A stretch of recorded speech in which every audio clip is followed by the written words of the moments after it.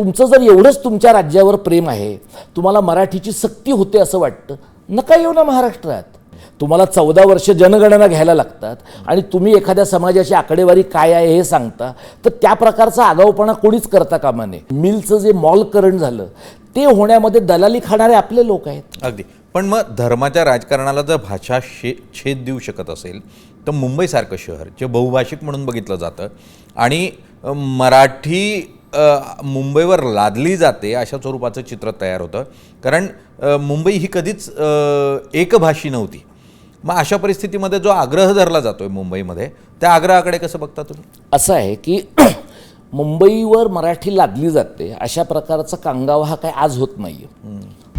आता isakal.com आहे देशातील नंबर 1 ची मराठी न्यूज वेबसाईट. प्रत्येक अपडेटसाठी isakal.com ला नक्की भेट द्या. तो संयुक्त महाराष्ट्राच्या चळवळीच्या वेळेपासूनचा आहे. त्यावेळेला काय म्हटलं गेलं, भांडवल सगळं गुजराती मारवाड्यांचं आहे. त्यावेळेला इतर कोणी म्हटलं तर बाबा चळवळीतला माणूस म्हणतोय असं म्हणता येईल. बाबासाहेबांनी केलेलं निवेदन आहे, त्याच्यात त्यांनी स्पष्ट म्हटलेलं आहे की मुंबई ही ऑर्गॅनिकली सेंद्रिय पद्धतीनं महाराष्ट्राशी जोडलेली आहे. पाणी महाराष्ट्रातनं येतं, अन्नधान्य महाराष्ट्रातनं येतं, वीज महाराष्ट्रातनं येते, इतर संसाधनं महाराष्ट्रातनं येतात आणि हे शहर ज्यांच्या श्रमावर उभं आहे तो कामगार महाराष्ट्रातनं येतो. आता मधल्या काळामध्ये चित्र बदललं आहे का नाही, तर बदललं आहे. ते कशामुळे बदललं, तर मुंबईमध्ये दक्षिण मुंबईत पुनर्विकासाच्या लाटा आल्या. दक्षिण मध्य मुंबईतला कामगार आपल्याच लोकांनी प्रयत्नपूर्वक नष्ट केला. 2.5 लाख कामगार फेकला गेला बाहेर, तो पनवेलपासून पालघरपर्यंत गेला आणि तिथल्या दक्षिण मध्य मुंबईमध्ये मिलचं जे मॉलकरण झालं ते होण्यामध्ये दलाली खाणारे आपले लोक आहेत. आपले भाषक लोक आहेत, स्वतःला मराठीवादी म्हणवणारे लोक आहेत. आता अशा परिस्थितीत मराठी माणसांची संख्या असं धरूया आपण 51% कमी आहे.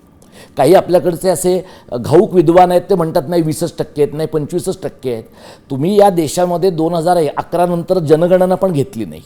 तुम्हाला 14 वर्ष जनगणना घ्यायला लागतात आणि तुम्ही एखाद्या समाजाची आकडेवारी काय आहे हे सांगता, तर त्या प्रकारचा आगाऊपणा कोणीच करता कामा नये. आत्ताच्या घडीला परिस्थिती अशी आहे की मुंबई हे फायनान्शियल कॅपिटल आहे, देशाचं जगाचं फायनान्शियल हब आहे, हे आपण मान्य करूया. पण मग मुंबईमध्ये जे आहे ते मुंबई महाराष्ट्रात नसती तर मिळू शकलं असतं का? मुंबईमध्ये जी सुरक्षितता आहे, मुंबईमध्ये ज्या प्रकारची कनेक्टिव्हिटी आहे, मुंबईबद्दल ज्या प्रकारचा विश्वास भांडवलदारांना आणि कामगारांना वाटतो, तो लखनौत का नाही वाटत? अगदी खरं. तो भोपाळमध्ये का नाही वाटत? तो फार तर गांधीनगरमध्ये का नाही वाटत? म्हणजे जे देशाचे मालक आहेत आत्ताचे, त्यांच्या स्वतःच्या राज्यात जर लोकांना एवढं कम्फर्टेबल वाटत नाही, तर मुंबई एवढी कम्फर्टेबल तुम्हाला वाटते, याच्यात मराठी माणसाचं काहीतरी योगदान असेल की नाही? आणि या राज्यामध्ये एकूण राज्याची लोकसंख्या तुम्ही घेतली तर प्रचंड मोठ्या प्रमाणात एकदिशीय स्थलांतर आपल्याकडे चालू आहे.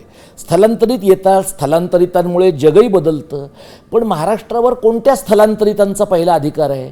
विदर्भ, मराठवाडा, पश्चिम महाराष्ट्र, खानदेश आणि कोकणातनं जे लोक मुंबईतल्या शहरांमध्ये पोटं भरायला येतात त्यांचा पहिला अधिकार आहे.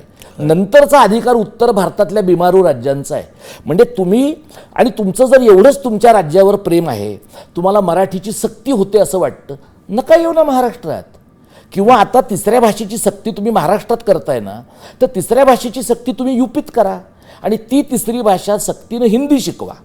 पुढची 15 वर्ष उत्तर भारतातल्या लोकांना नीट मराठी शिकवा. पुढची 15 वर्ष लोकांना नीट मराठी शिकू द्या.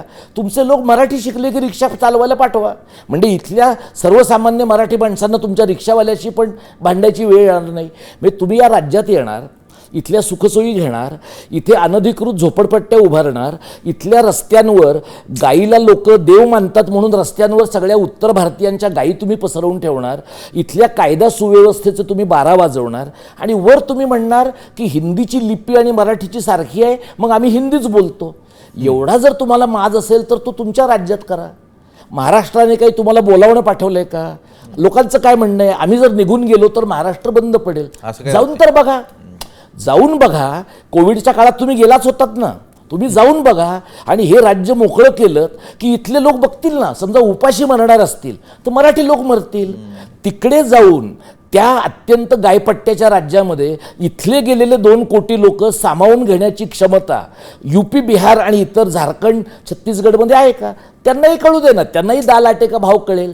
म्हणजे सारखी संजय निरुपमपासून कृपाशंकर सिंग सारख्या भामट्यांनी सारखं म्हणायचं की आम्ही गेलो तर हे राज्य बंद पडेल. तुम्ही इस्त्री बंद करायला लोक घरात करतील ना. तुम्ही पाणीपुरी देणार नाही, लोक घरात पाणीपुरी करतील. म्हणजे असं काही नाही आहे की उत्तर भारतीय सगळे इकडनं हल्ले की पार मराठी माणूस मरणार आहे. मराठी माणसाकडे भांडवल कमी आहे. अगदी नाही. देश विदेशातील प्रत्येक घडामोडींचे लाईव्ह अपडेट मिळवण्यासाठी आता साम टीव्हीच्या सर्व सोशल मीडिया प्लॅटफॉर्मला लाईक, फॉलो आणि सबस्क्राईब करा. तसंच सर्व नोटिफिकेशनसाठी बेल आयकॉन प्रेस करायला विसरू नका.